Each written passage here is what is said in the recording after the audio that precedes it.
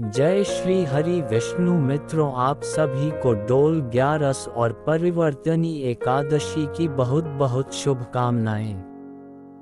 भाद्रपद महीने के शुक्ल पक्ष की परिवर्तनी एकादशी का दिन अपने आप में ही अलौकिक और पवित्र माना गया है।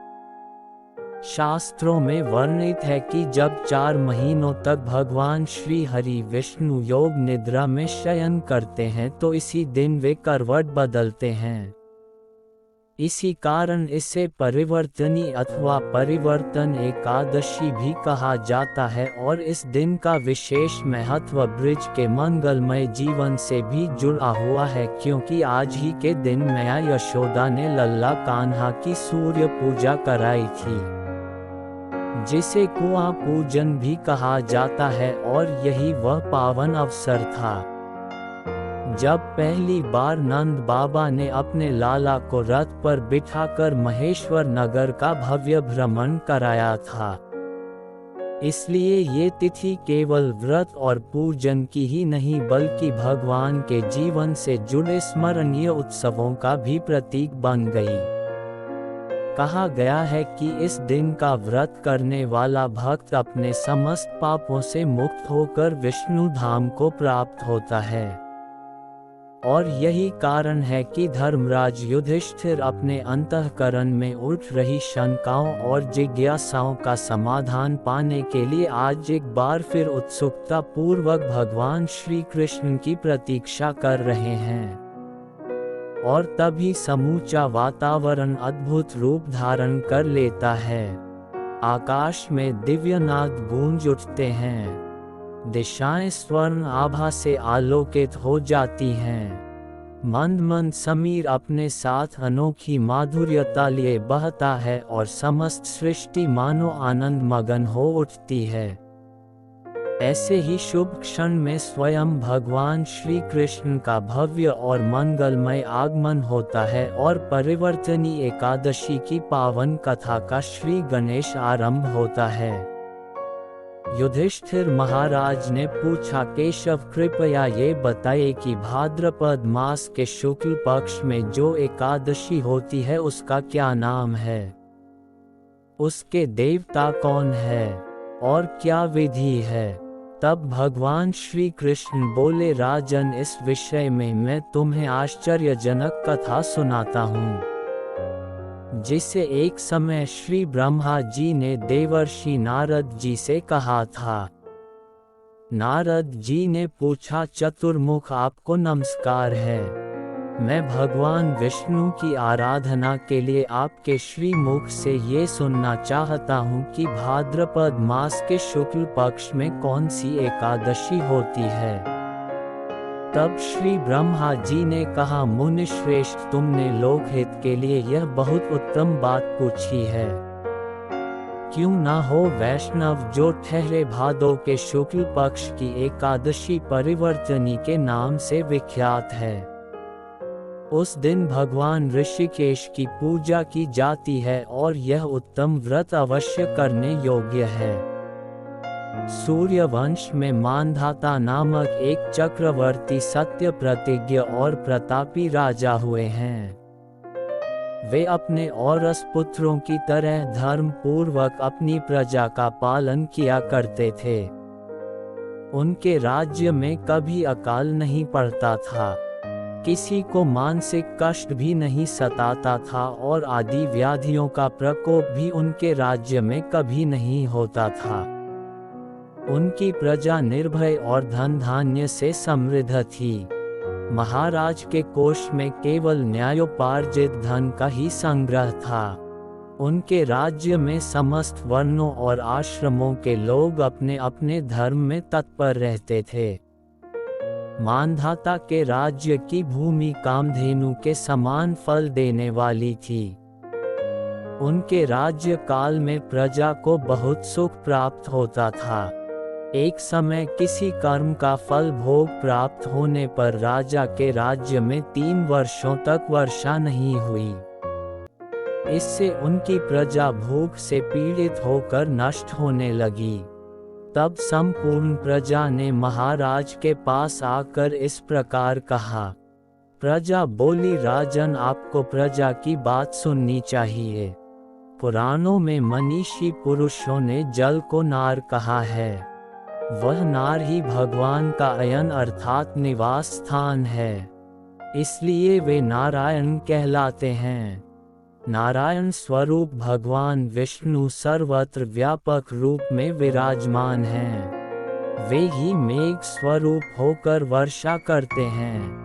वर्षा से अन्न पैदा होता है और अन्न से प्रजा जीवन धारण करती है। राजन, इस समय अन्न के बिना प्रजा का नाश हो रहा है, अतः ऐसा कोई उपाय कीजिए जिससे हमारे योगक्षेम का निर्वाह हो। राजा ने कहा, आप लोगों का कहना सत्य है, क्योंकि अन्न को ब्रह्म कहा गया है। अन्न से प्राणी उत्पन्न होते हैं और अन्न से ही जगत जीवन धारण करता है। लोक में बहुधा ऐसा सुना जाता है और पुराण में भी बहुत विस्तार के साथ ऐसा वर्णन है कि राजाओं के अत्याचार से ही प्रजा को पीड़ा होती है। किंतु जब मैं बहुत सोच विचार करता हूँ तो मुझे अपना किया हुआ कोई भी अपराध नहीं दिखाई देता।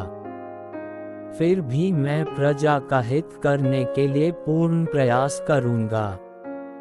ऐसा निश्चय करके राजा मानधाता कुछ गिने चुने व्यक्तियों को साथ लेकर विधाता को प्रणाम करके सघन वन की ओर चल पड़े। वहां जाकर मुख्य मुख्य मुनियों और तपस्वियों के आश्रमों पर घूमते फिरे।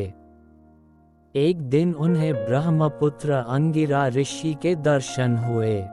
उन पर दृष्टि पड़ते ही राजा हर्ष में भरकर अपने वाहन से उतर पड़े और इंद्रियों को वश में रखते हुए दोनों हाथ जोड़कर उन्होंने मुनि के चरणों में प्रणाम किया।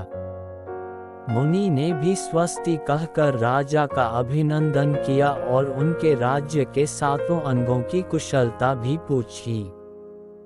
तब राजा ने अपनी कुशलता बताकर मुनि के स्वास्थ्य का समाचार पूछा। मुनि ने राजा को आसन और अर्घ दिया। उन्हें ग्रहण करके जब वे मुनि के समीप बैठे तो मुनि ने राजा से आगमन का कारण पूछा। तब राजा कहने लगे, भगवान, मैं धर्मानुकूल प्रणाली से पृथ्वी का पालन कर रहा था, फिर भी मेरे राज्य में वर्षा का अभाव हो गया। इसका क्या कारण है मुनिवर? इस बात को मैं नहीं जानता। ऋषि बोले, राजन, सब युगों में उत्तम ये सतयुग है। इसमें सब लोग परमात्मा के चिंतन में लगे रहते हैं और इस समय धर्म अपने चारों चरणों से युक्त होता है। इस युग में केवल ब्राह्मण ही तपस्वी होते हैं, दूसरे लोग नहीं। किंतु महाराज, तुम्हारे राज्य में एक शूद्र तपस्या कर रहा है, इसी कारण मेघ पानी नहीं बरसाते। तुम इसके प्रतिकार का यत्न करो जिससे यह अनावृष्टि का दोष शांत हो जाए। राजा ने कहा, मुनिवर, एक तो वह तपस्या में लगा है, दूसरे वह निरपराध है, अतः मैं उसका अनिष्ट नहीं करूँगा। आप उस दोष को शांत करने वाले किसी धर्म का उपदेश कीजिए। ऋषि बोले, राजन, यदि ऐसी बात है तो एकादशी का व्रत करो। भाद्रपद मास के शुक्ल पक्ष में जो परिवर्तनी नाम से विख्यात एकादशी होती है, उसके व्रत के प्रभाव से निश्चय ही उत्तम वृष्टि होने लगेगी। राजन, तुम अपनी प्रजा और परिजनों के साथ इसका व्रत करो।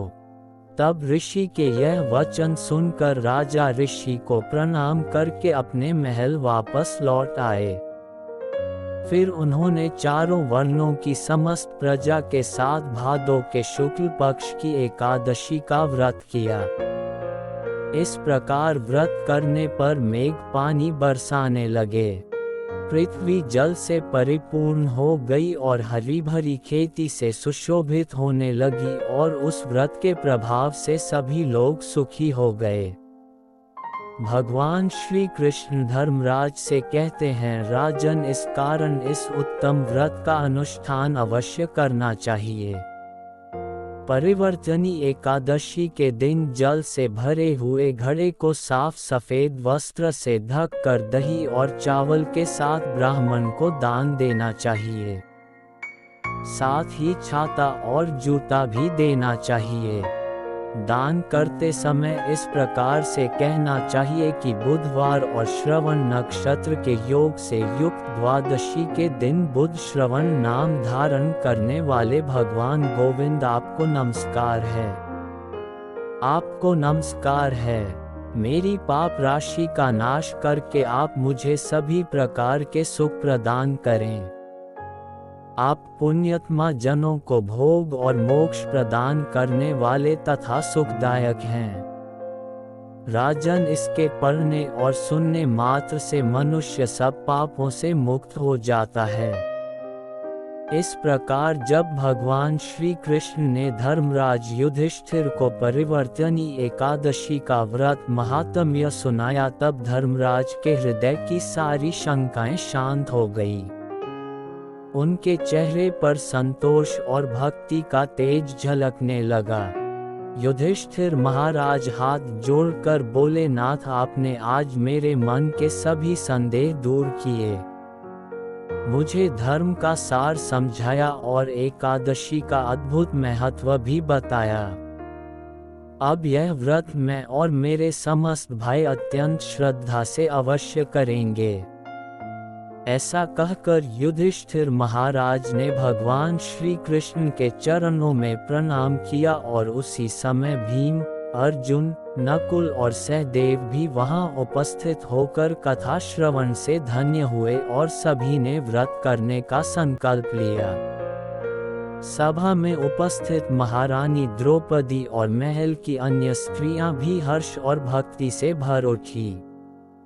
उस पावन क्षण में समस्त राजमहल में जैसे दिव्य प्रकाश फैल गया। शंखनाद और मंगल ध्वनियां गूंज उठी। देवताओं ने पुष्प वर्षा की और हर कोई श्री कृष्ण की महिमा का गान करने लगा। इस प्रकार कथा के श्रवण से धर्मराज युधिष्ठिर को धर्म का गढ़ ज्ञान प्राप्त हुआ और समस्त सभा भक्ति भाव से श्री हरि के चरणों में लीन हो गई। सभी प्रेम से बोलिए, श्री लक्ष्मी नारायण भगवान की जय, परिवर्तनी एकादशी की जय। परंतु भक्तजनों, ये कथा यहीं समाप्त नहीं होती, क्योंकि शास्त्रों में स्पष्ट कहा गया है कि जब तक भगवान श्री हरि की प्राणप्रिय तुलसी माता की कथा का श्रवण भी ना कर लिया जाए, तब तक एकादशी की कोई भी कथा पूर्ण नहीं मानी जाती। तुलसी माता ही वह पवित्र स्वरूप हैं जिनकी सेवा और पूजन से स्वयं श्री नारायण प्रसन्न होकर भक्तों को अक्षय फल प्रदान करते हैं। जिस प्रकार दीपक के बिना अंधकार दूर नहीं होता, उसी प्रकार तुलसी महिमा के बिना एकादशी का व्रत अधूरा है। इसलिए आप श्रवण कीजिए श्री हरि की प्रियतमा समस्त भक्तों का मंगल करने वाली पुण्य की मूर्ति माता तुलसी की पावन कथा। एक बार की बात है, भगवान श्री राम और माता सीता जी अपने 14 वर्ष के वनवास के दौरान चित्रकूट में आराम कर रहे थे। तब तुलसी माता से मिलने वाले पुण्य फलों के बारे में वे आपस में बात कर रहे थे। बातों ही बातों में माता सीता जी के मन में कुछ प्रश्न उठे, तो उन्होंने भगवान श्री राम से कहा, हे प्रभु, मेरे मन में कुछ प्रश्न उठ रहे हैं जिनके उत्तर जानने के लिए मेरा मन बेचैन हो रहा है। तब भगवान श्री राम ने कहा, हे देवी, आपके मन में भला कौन से प्रश्न उठ रहे हैं? आप जल्दी बताएं, मैं आपके सभी प्रश्नों के उत्तर और उनका रहस्य भी जरूर बताऊंगा। तब माता सीता जी ने कहा, हे प्रभु, तुलसी को जल कैसे देना चाहिए और तुलसी को जल देने की सर्वोत्तम विधि कौन सी है? तुलसी को जल देने का मंत्र कौन सा है? तब भगवान श्री राम देवी सीता से कहने लगे, हे देवी, तुलसी जी में जल अर्पित करते समय ये 3 शब्द कहें जिससे गरीबी दूर हो जाएगी। एक बार माता सीता ने भगवान श्री राम से तुलसी जी को जल देने के महत्व के बारे में पूछा तो भगवान ने उन्हें उसका महत्व सुनाया। तब आगे माता सीता जी ने कहा, हे स्वामी, आपने मुझे तुलसी जी को जल देने का महत्व तो बता दिया, परंतु अब मेरे मन में ये जानने की जिज्ञासा हो रही है कि तुलसी को जल कैसे देना चाहिए। जल की सर्वोत्तम विधि कौन सी है? जल देने का मंत्र कौन सा है? कृपया आप मुझे इन सभी प्रश्नों का उत्तर दीजिए। तब भगवान श्री राम ने माता सीता जी से कहा, हे प्रिय, जिस प्रकार से मैंने तुम्हें तुलसी का महात्म्य सुनाया है, उसी प्रकार से तुलसी को जल देते समय बोले जाने वाले मंत्र का भी बड़ा महत्व है। यह मंत्र केवल 3 शब्दों का है, परंतु इसका प्रभाव बहुत ही चमत्कारी है। जो भी मनुष्य नित्य तुलसी को जल देते समय अपने मुख से केवल ये 3 शब्द बोल देता है तो साक्षात माँ लक्ष्मी उसके घर में प्रवेश करती है और उसकी दरिद्रता दूर करती है। उसे धन धान्य की प्राप्ति होती है। देवी, उस मंत्र को बताने से पहले मैं आपको तुलसी के इस मंत्र का महत्व भी बताता हूँ। इस महात्म्य को सुन लेने मात्र से ही मनुष्य के समस्त पाप नष्ट हो जाते हैं और उसे कई वर्षों तक तुलसी को जल देने का पुण्य भी प्राप्त होता है। इसलिए हे देवी, आप भी इस कथा को ध्यानपूर्वक जरूर सुनिए। तब माता सीता जी ने कहा, हे प्रभु, मैं तो इस कथा को पूरा अवश्य सुनूंगी। कृपया अब आप मुझे तुलसी के मंत्र का महात्म्य सुनाए। तब भगवान श्री राम कहने लगे, हे देवी, एक समय दक्षिण दिशा में एक अत्यंत शोभायमान नगरी थी। उस नगरी में सुरेश नाम का एक खोटी बुद्धि का ब्राह्मण रहता था और वह पापियों का तो शिरोमणि ही था, सरदार ही था। उसका जन्म एक ऐसे ब्राह्मण परिवार में हुआ था जो पाप कर्म करने वाले और शास्त्र ज्ञान से शून्य थे। वह जन्म से तो ब्राह्मण था, लेकिन कर्म से वह अत्यंत दुराचारी था। वह ना तो पूजा पाठ करता, ना अतिथियों का सत्कार करता और यहाँ तक कि अपने द्वार पर आए हुए अतिथियों को बिना कुछ दान दिए ही निर्दयता पूर्वक भगा दिया करता था। वह सदैव ही पराई स्त्रियों में आसक्त रहता और उसे मदिरा पान करने की भी बुरी लत थी। साथ ही वह मांस भी खाता था। वह दिन में खेतों में काम करके पत्ते बेचकर जीविका चलाता, रात में व्यभिचार करता था। इस प्रकार से उस ब्राह्मण ने अनेक वर्षों तक जीवन बिताया। फिर एक दिन वह दुर्बुद्धि बेचने के लिए पत्ते इकट्ठे करने के लिए एक ऋषि के आश्रम के आसपास घूमने लगा और वहां लगे हुए पेड़ों से पत्ते तोड़ने लगा। तो वहीं पर एक काल रूपधारी काले भयानक सर्प ने उस ब्राह्मण को काट लिया और उसी समय उसकी मृत्यु हो गई। तब उसके बाद 2 यमदूत उसे लेने के लिए उस स्थान पर प्रकट हो गए और उसे उठाकर यमलोक ले जाने लगे। मार्ग में वह यमदूतों के सामने बहुत करुण विलाप करने लगा और बोला, हे दूतों, मुझे कहाँ लेकर जा रहे हो? मुझे छोड़ दो। लेकिन यमदूत उसे यह कहकर घसीटते हुए ले जा रहे थे कि अरे दुष्ट ब्राह्मण, तेरे पाप कर्मों के कारण तुझे सांप ने डस लिया है। अब तो यमराज जी तुझे अवश्य घोर नरक में डाल देंगे। फिर यम के दूत उस ब्राह्मण को लेकर यमलोक पहुंच गए और यमराज जी के सामने खड़े हो गए। तब चित्रगुप्त महाराज जी उस ब्राह्मण का लेखा जोखा निकाल कर यमराज जी से कहने लगे, हे धर्मराज, इस ब्राह्मण ने बचपन से लेकर मृत्यु तक पाप ही पाप किए हैं। अपने पूरे जीवन में तो इसने कोई पुण्य का काम ही नहीं किया। तब धर्मराज जी अपने दूतों से कहते हैं, हे दूतों, इस घोर पाप करने वाले ब्राह्मण को उठा कर ले जाओ और इसे नरक में डाल दो। फिर यम के दूत उस पंडित को लेकर नरक की भयंकर अग्नि में धकेल देते हैं।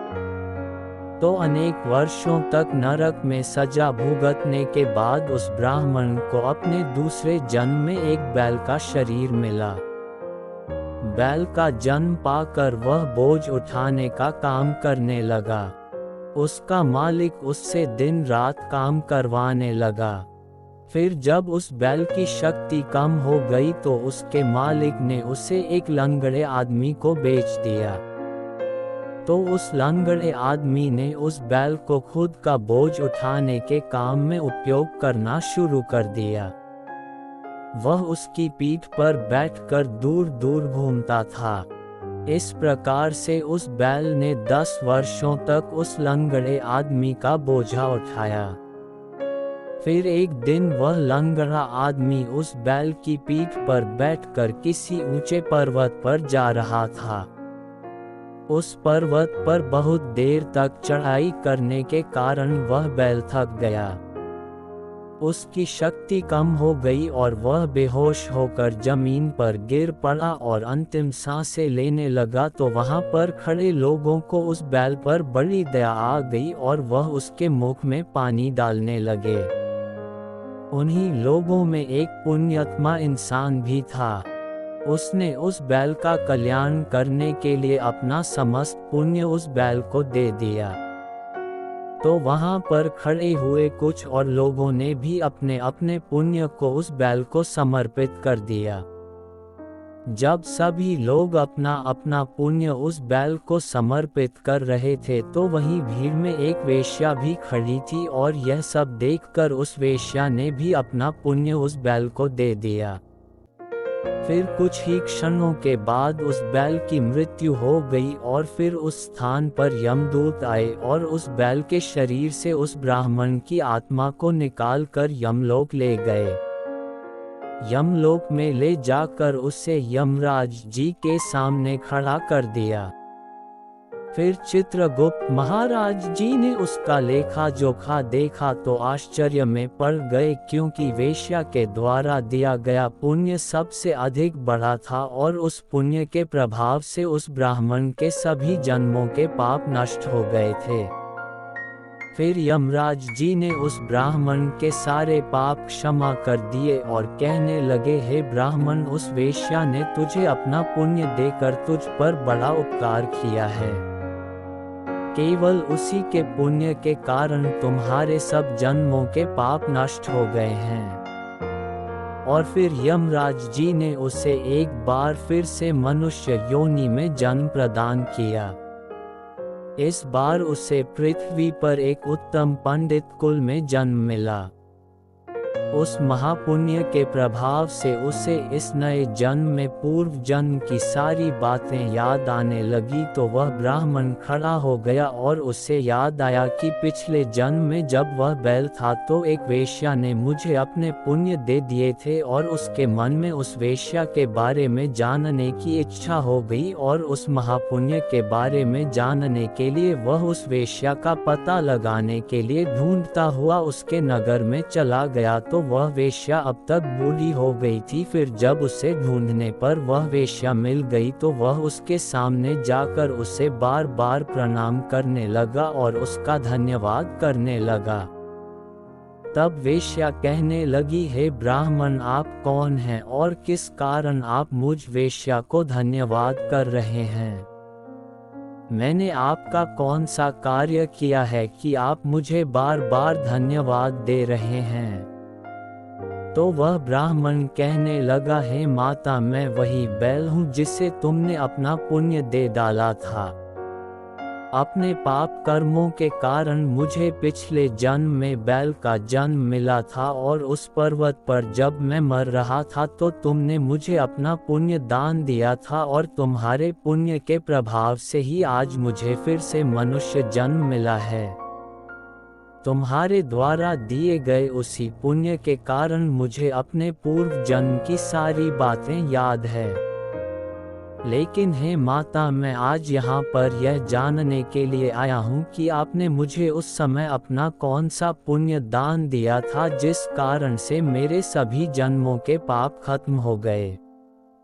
मैं उसी पुण्य के बारे में जानना चाहता हूँ।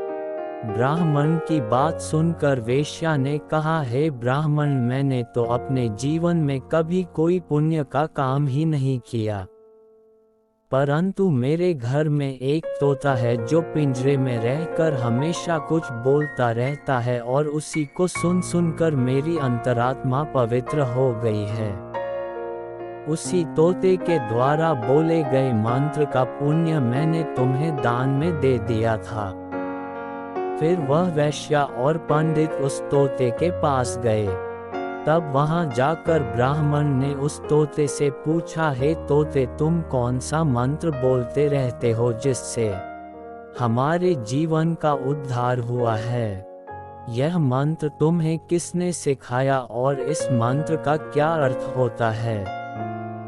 तब उस तोते ने अपने पूर्व जन्म का वृतांत सुनाना आरंभ किया। वह तोता कहने लगा, हे ब्राह्मण, पिछले जन्म में मैं एक पंडित था। मैं अपने ज्ञान के अहंकार में अंधा हो गया था।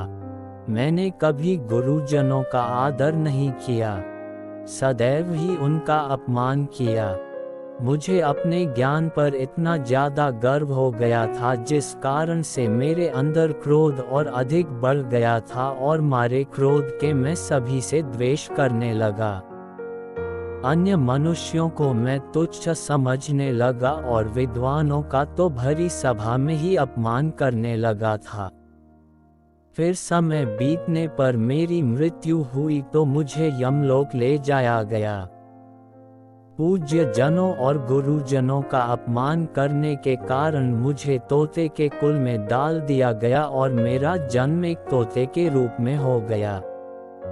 मेरे पाप कर्मों के कारण छोटी अवस्था में ही मेरे माता पिता से वियोग हो गया। फिर मैं पेड़ की डाल पर बैठकर रो रहा था, तो उसी स्थान से कुछ ऋषि जा रहे थे। उन्होंने मेरी दयनीय पुकार सुन ली और मुझे लेकर अपने आश्रम में चले गए। वहां उस आश्रम में उन्होंने मुझे एक सुंदर पिंजरे में रखा और मेरा बहुत अच्छी तरह से ख्याल रखा। वह मुझे रोज भोजन दिया करते थे, पढ़ाते थे। उस स्थान पर बहुत सारे ऋषि मुनि और उनकी स्त्रियां और बालक सभी रोज तुलसी के पौधे को जल देते थे और तुलसी के सामने एक मंत्र का जाप किया करते थे। उन्हीं के मुख से बार बार उस मंत्र को सुनकर मैंने उसे रट लिया और तब से मैं उस मंत्र को जान गया हूँ और वही मंत्र मैं दिन रात बोलता रहता हूँ। उस मंत्र के प्रभाव से मेरी कभी मृत्यु नहीं हुई और मेरी आयु आज 100 वर्ष की हो गई है। मैं इतने वर्षों तक जीवित रहा। फिर एक रात को एक चोर उस स्थान पर आ गया और उसने मुझे वहां से चुरा लिया। फिर इस वेश्या ने मुझे उस चोर से खरीद लिया और इस वेश्या के घर पर आने के बाद भी मैं उस मंत्र को बोलता रहता हूँ, जिसे सुनकर इस वेश्या का मन भी पवित्र हो गया है और इसने वेश्या का काम छोड़कर भगवान श्री हरि का भजन कीर्तन करना प्रारंभ कर दिया है। भगवान की भक्ति करना प्रारंभ कर दिया है और उसी मंत्र के प्रभाव से इस वेश्या की आत्मा भी पवित्र हो गई है। हे ब्राह्मण, उस मंत्र के पुण्य से अब आप भी मुक्त हो गए हैं। इस प्रकार से तोते ने उस ब्राह्मण को और वेश्या को सारा वृतांत सुना दिया। जिसे सुनकर वह पंडित और वेश्या दोनों ही अत्यंत प्रसन्न हुए और फिर वे दोनों ही रोज तुलसी को जल देकर उस मंत्र का जाप करने लगे। फिर वह तोता, वेश्या और वह ब्राह्मण तीनों उस मंत्र के प्रभाव से दिव्य विमानों में बैठकर भगवान श्री हरि विष्णु के लोक को चले गए। ये सारा वृतांत सुनाकर भगवान श्री राम कहते हैं, हे देवी, देखा आपने, केवल तुलसी के इस मंत्र के प्रभाव से ही तोते, उस वेश्या और उस पंडित के सभी पाप नष्ट हो गए। इसलिए सभी मनुष्य रोज तुलसी को जल देते समय एक मंत्र का उच्चारण अवश्य करें। हे देवी, वह मंत्र इस प्रकार है जिसे आप भी ध्यान से सुनिए। ओम श्री हरि प्रिया नमः, ओम श्री हरि प्रिया नमः, ओम श्री हरि प्रिया नमः। जो भी स्त्री नित्य तुलसी के समक्ष इस मंत्र का उच्चारण करेगी वह सौभाग्यशाली बनेगी। जो भी पुरुष तुलसी के सामने इस मंत्र का उच्चारण करेंगे उसे अपार धन की प्राप्ति होगी। जिस घर के सामने नित्य तुलसी की पूजा की जाएगी उस घर में साक्षात माँ लक्ष्मी का वास होगा। तुलसी जी का यह मंत्र राजकल्पतरु है। ये समस्त फलों को प्रदान करने वाला है। इसलिए जो भी तुलसी के सामने इस मंत्र का उच्चारण करेगा उसे संपूर्ण सिद्धियां प्राप्त होंगी।